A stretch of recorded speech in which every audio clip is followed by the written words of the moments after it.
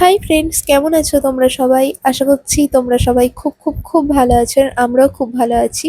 তো আজকে আমি আবার একটা নিউ ভিডিও নিয়ে তোমাদের সামনে চলে এলাম। বেসিক্যালি আজকে ভিডিওটা হচ্ছে রান্নার একটা ভিডিও। আমি জীবনে এই প্রথমবার মানে ফার্স্ট টাইম আমি এঁচোড় রান্না করব। তো একটু তো ভয় কাজ করছে, জানি না কিরকম কি হবে। তো আমি ফার্স্টে বড়মশাইকে বলেছিলাম যে নিরামিষ খাবে নাকি আমিষ। বড়মশাই বললো নিরামিষ খাবো না, করলে আমিষই কর। তো সেই অনুযায়ী আমি লেগে পড়েছি কাজে। কড়াইয়ে এই যে ফার্স্ট একটু ভাজা মশলা করে নিচ্ছি। আমার কাছে যা যা জিনিস আছে আমি সেগুলো দিয়েই মানে মশলাটা তৈরি করছি। অনেকে আরো অনেক কিছু জিনিস দেয়, আমি ফোনে দেখেছি। তো আমার কাছে তো অত জিনিস নেই, আমি জিনিসগুলোর নামও জানি না, তাই জিনিস বলেই চালিয়ে দিচ্ছি।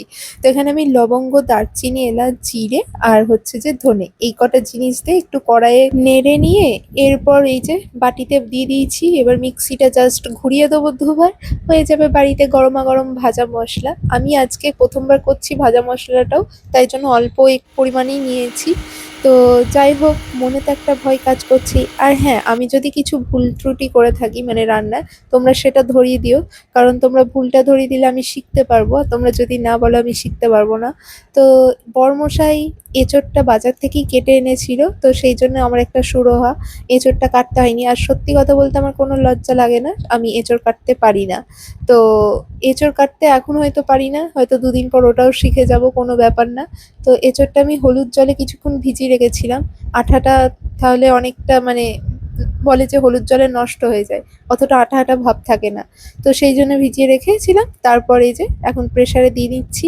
এর মধ্যে সামান্য একটু নুন দিয়ে দুটো সিটি দিয়ে দেবো।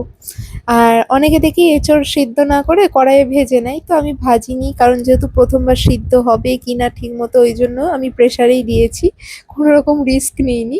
এদিকে কড়াইয়ে তেল দিয়ে নিচ্ছি। আজকে একটু বেশি পরিমাণেই তেল দিচ্ছি, আমরা খুব কম পরিমাণেই তেলটা খাই, তেল মশলা এটা। তো যেহেতু এঁচোড় রান্না করব, একটু তেল না দিলে হয় না। তো এখানে তেল দিয়ে আলুগুলো আগে ভেজে নিচ্ছি। ভেজে তারপর এঁচোড়ের যা যা মশলা লাগে সেগুলো দেবো। তো একটু হলুদ আর নুন দিয়ে আলুগুলো আগে ভেজে নিই। এর আগে আমি যত কটা রান্নার ভিডিও তোমাদের সাথে শেয়ার করেছি, সেখানে আমার যা যা ভুল হয়েছে সেগুলো তোমরা আমাকে কমেন্টে জানিয়েছো। তো আমার দেখে খুবই ভালো লাগছে যে যেই যেই জিনিসগুলো আমার ভুল হয়েছে সেগুলো নতুন করে শিখতে পারবো। মানুষ তো ভুল থেকেই শেখে। আর একটা কমেন্ট দেখি খুব হাসছে, মানে অনেকদিন আগের একটা ভিডিও, আমি ম্যাগিতে পাঁচফোড়ন দিই, সেটা তোমাদের সাথে শেয়ার করেছিলাম। তো সবাই বলছে যে ম্যাগিতে আবার কে পাঁচফোড়ন দেয়। দেখো, সবারকার মুখের স্বাদ তো সমান না। হ্যাঁ, ম্যাগিতে পাঁচফোড়নটা একটু অডই, মানে একটু না অনেকটাই অড, কেউ খায় না ম্যাগিতে পাঁচফোড়ন। বাট ওই যে সবার মুখের স্বাদ সমান না, আমরা পাঁচফোড়ন দিই। পাঁচফোড়ন না দিলেও চলে, বাট আমরা দিই, আমার খেতে মোটামুটি ভালোই লাগে। আর আলু ভাজাতে পাঁচফোড়ন দিয়েছিলাম, সরি ওটা আমারই ভুল, ওটা আলু চচ্চড়ি হবে, আমি ভুল করে আলু ভাজা বলেছিলাম। তো যাই হোক, ওইদিকে সিটি বেজে গেছে, এঁচোড় সিদ্ধ হয়ে গেছে, ওটাকে একটু দমে দিতে দিয়েছি। তো এদিকে যে কড়াই আলুগুলো ভেজেছিলাম সেই কড়াই একটুখানি তেল দিয়ে, তেজপাতা, একটু গরম মশলা, জিরে দিয়ে এখন কোচানো পেঁয়াজগুলো দিয়ে একটু ভালো করে নাড়াচাড়া করে নেবো। তারপর এর মধ্যে আমি রসুন আর কাঁচা লঙ্কা একসঙ্গে পেস্ট করেছিলাম। রসুন আর কাঁচা লঙ্কা একসঙ্গে বাটলে না একটা আলাদাই সেন্ট বেরোয়। তো সেটা এর মধ্যে এখন দিয়ে নিচ্ছি। এরপর এর মধ্যে দিয়ে দিচ্ছি হলুদ গুঁড়ো আর নুন। নুনটা যখন দিয়েছি তখন ভিডিও করতে পারিনি, তো সেই জন্য বলে দিলাম। তারপর দিয়ে নিচ্ছি টমেটো কুচি। তো এরপর ভালো করে মশলাটা আমি কষাবো, যত বেশি কষাবো তত খেতে টেস্ট হবে। তো ওই ধরতে গেলে মাংসর মতনই হচ্ছে যা দেখতে পাচ্ছি। তো ভালো করে কষিয়ে নিয়ে এখন এই যে ভেজে রাখা আলুগুলো দিয়ে নিলাম। এবার এটাকে একটু ভালো করে ম্যারিনেট করে নেবো। করে এর মধ্যে দুটো কাঁচা লঙ্কা দিয়ে নেবো। অনেকে শুকনো লঙ্কা দেয়, আমি তোমাদেরকে আগেও বলেছি আমরা শুকনো লঙ্কা অতটা খাই না, মানে খাই না বলতে গেলে। তো সেই জন্য কাঁচা লঙ্কা দুটো চিড়ে দিয়ে দেবো, আর কাঁচা লঙ্কা দিলে সেন্টও হয় খুব সুন্দর। ব্যাস, এবার আসল জিনিসটা কড়াইয়ে পড়ছে, সেটা হচ্ছে এঁচোড়।